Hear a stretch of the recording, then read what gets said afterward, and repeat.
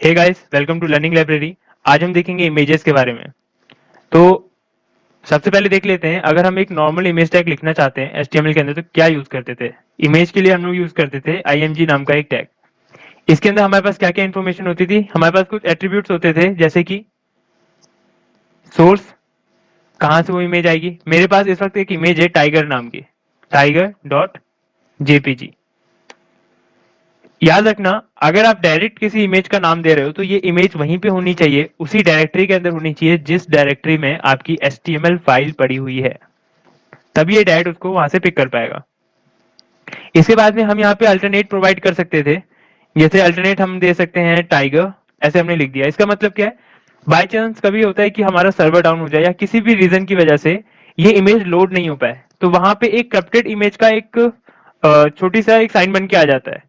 उसकी जगह पे वो अच्छा नहीं लगता देखने में, हम उसकी जगह पे चाहते हैं कि ये टाइगर वहां पे डिस्प्ले हो जाए।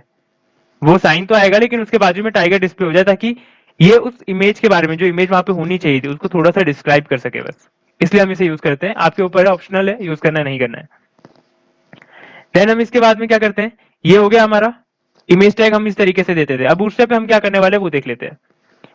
यहाँ पे हम अपनी इमेज को बॉर्डर देने वाले हैं अलग अलग तरीके से। कैसे देंगे, अगर आप चाहते हो, मान लेते हैं ये आपकी इमेज है, बाय डिफॉल्ट वो कैसे दिखाई देती है, एकदम शार्प कॉर्नर्स होते हैं। लेकिन अगर आप चाहते हो आपकी उस इमेज के जो कॉर्नर से हल्के से कुछ इस तरीके से हो, तब आप वहां पे क्लास यूज करोगे। क्लास का नाम है राउंडेड। ये हम क्लास वहां पे यूज करते हैं।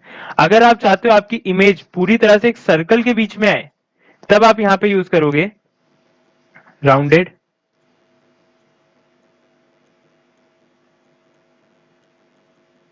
सर्कल।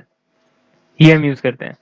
और अगर आप चाहते हो आपकी जो इमेज है उसे एज अ थंबनेल यूज किया जाए, बेसिकली होगा क्या वो मैं बता देता हूं। आपकी इमेज के आसपास एक बॉर्डर बन के आ जाएगा, आपकी इमेज के आसपास एक व्हाइट कलर का आपको बॉर्डर यहाँ पे दिखाई देगा।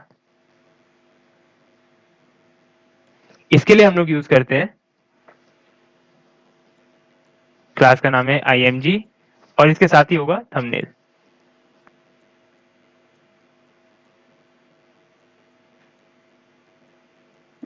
कुछ इस तरीके से ये हम लोग क्लासेस यूज करते हैं। पहले इनों के बारे में देखते हैं, फिर और चीजें उसको भी एक बार देखेंगे।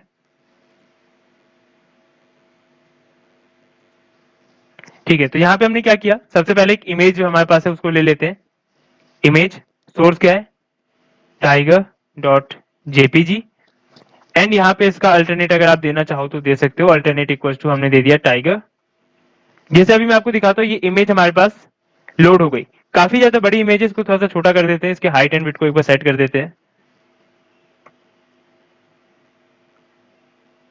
हाइट हम दे देते हैं, मान लीजिए 500 पिक्सल्स, और विड्थ भी हम 500 पिक्सल ही दे देते हैं। ठीक है, तो यहाँ पे देखो आपको इमेज यहाँ पे शो हो रही है। इसकी हाइट एंड विड्थ हमने दे दी, इसकी विड्थ को थोड़ा सा बढ़ा देते हैं क्योंकि ये थोड़ी सी स्ट्रेच लग रही है, 600 कर देते हैं। ठीक है, अब बेटर है। तो हमारे पास ये इमेज आ गई। इस इमेज को मैं चाहता हूं कि इसका पहले तो यार देख लेते हैं अल्टरनेट क्या करता है। मान लीजिए आपने अपनी इमेज का जो ये सोर्स है इसको गलत कर दिया। अब ये इमेज आर मैंने हटा दिया, अब ये जो नाम है ये इसको उस फोल्डर में नहीं मिलेगा, तो इमेज को लोड नहीं कर पाएगा। तो करप्टेड इमेज का ये साइन आया, देन इसके बाजू में टाइगर लिखा हुआ दिखाई देगा, जो कि डिस्क्राइब कर रहा है कि एक्चुअल में यहाँ पे था क्या। तो अल्टरनेट आप देना चाहते हो नहीं देना चाहते वो आपके ऊपर डिपेंड करता है। सेव, एंड यहाँ पे आपके पास इमेज आ चुकी है। अब हम यहाँ पे क्या कर रहे हैं, इसके ऊपर बॉर्डर देना चालू करते हैं। सबसे पहली चीज, क्लास इक्वल्स टू, अभी आप यहाँ पे देखो आपको इस क्लास, इस इमेज के कॉर्नर से एकदम शार्प दिखाई देंगे। मैं इसको क्या कर देता हूँ, राउंडेड। पहली क्लास हम यूज करते हैं राउंडेड। सेव, यहाँ पे देखो इसके जो कॉर्नर्स हैं वो कैसे हो चुके हैं, हल्के से राउंड हुए, ज्यादा नहीं, हल्के से राउंड हुए। अब हम क्या करते हैं, यहाँ पे इसको पूरा एक सर्कल में डालते हैं। सर्कल में डालने के लिए क्या यूज करते हैं, राउंडेड सर्कल नाम की क्लास, राउंडेड सर्कल। तो ये आपको एक पूरे सर्कल में दिखाई देगा। ठीक है, अब अगर मैं यहाँ पे इसको एज अ थंबनेल यूज करना चाहता हूं तो क्या लिखना होगा, IMG थंबनेल। यहाँ पे देखो इसके आसपास एक बॉर्डर आपको दिखाई दे रहा होगा, एक बॉर्डर आ जाता है, ज्यादा ऊपर हो गया, हाँ ये देखो ये बॉर्डर आ जाता है। तो ये काम है थंबनेल का। अब हम देखते हैं इसके बाद में आप इमेज का अलाइनमेंट कैसे चेंज कर सकते हो। उसके लिए हम एक बार मैं आपको समझा देता हूं। जैसे आपके पास ये आपकी स्क्रीन है,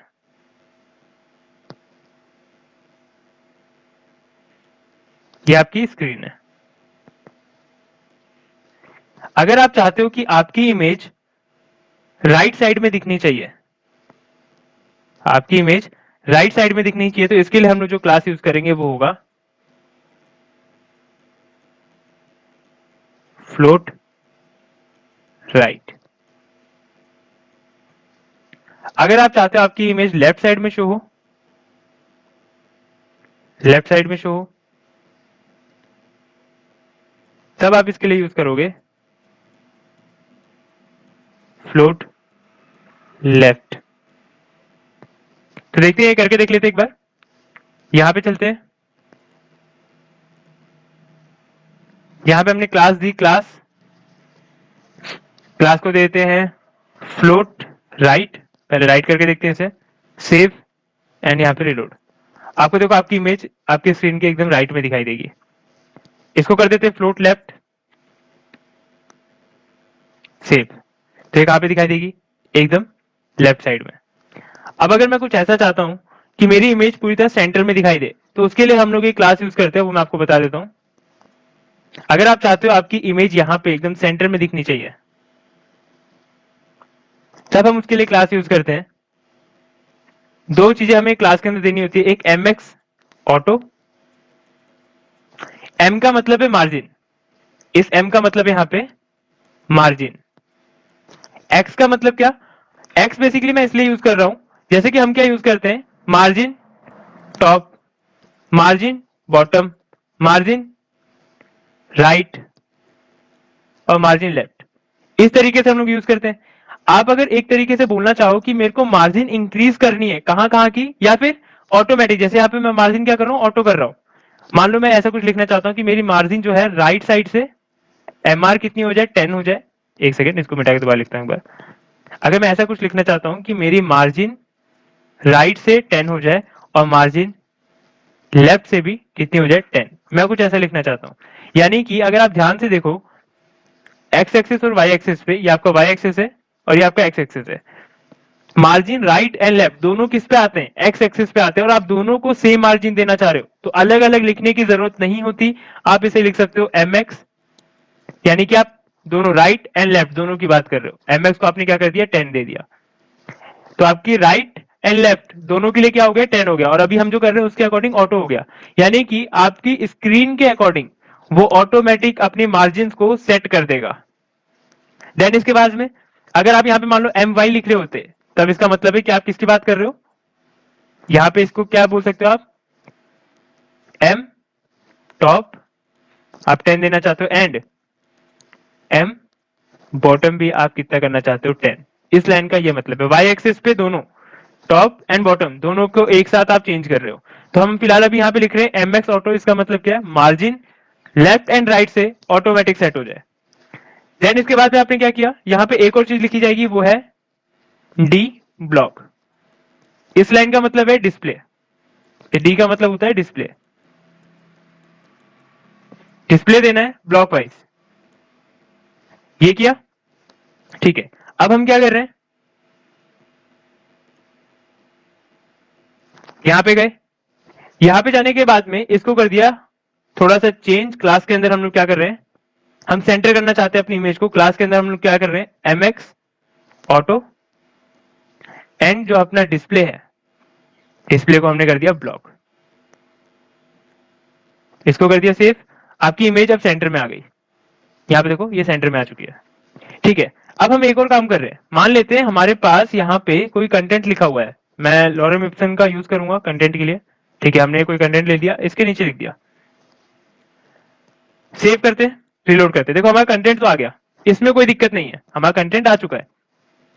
मैं ये चाहता हूं कि जब मैं इसको छोटा कर रहा हूं, अपने टैब को जब छोटा कर रहा हूं, तो ये रिस्पॉन्सिव होना चाहिए। रिस्पॉन्सिव कैसे, थोड़ा सा बेटर होना चाहिए था। ये इमेज की अभी भी देखो हाइट कम नहीं हो रही है, ये क्या हो रहा है, धीरे धीरे धीरे धीरे नीचे की तरफ ऐसा लग रहा है कि स्ट्रेच होती जा रही है और थोड़ी सी कंप्रेस हो रही है। मैं ऐसा नहीं चाहता, मैं चाहता हूं अगर मेरे स्क्रीन का साइज कम हो तो मेरी इमेज का हाइट एंड विड्थ दोनों एक साथ कम होने चाहिए, वो ज्यादा बेटर लगेगा इसके कंपैरिजन में। यहाँ पे हाइट कम नहीं हो रही है, सिर्फ ये क्या हो रहा है, आप ध्यान से देखो तो इमेज हल्की हल्की साइड में सिर्फ शिफ्ट होती चली जा रही है, स्क्रीन के बाहर जा रही है वो।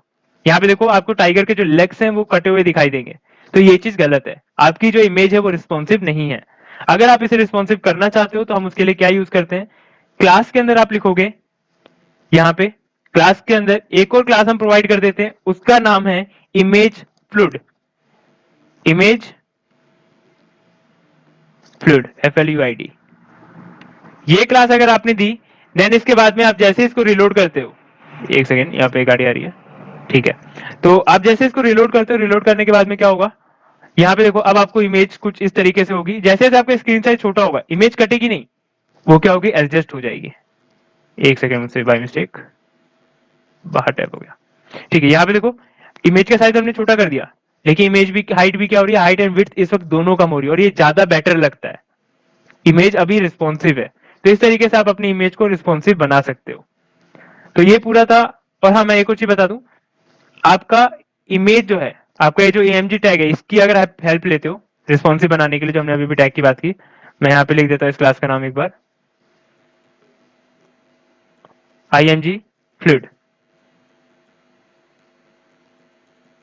अगर आप इस क्लास की बात करो तो बाय डिफॉल्ट इसकी जो विड्थ होती है वो होती है 100%, और जो हाइट होती है,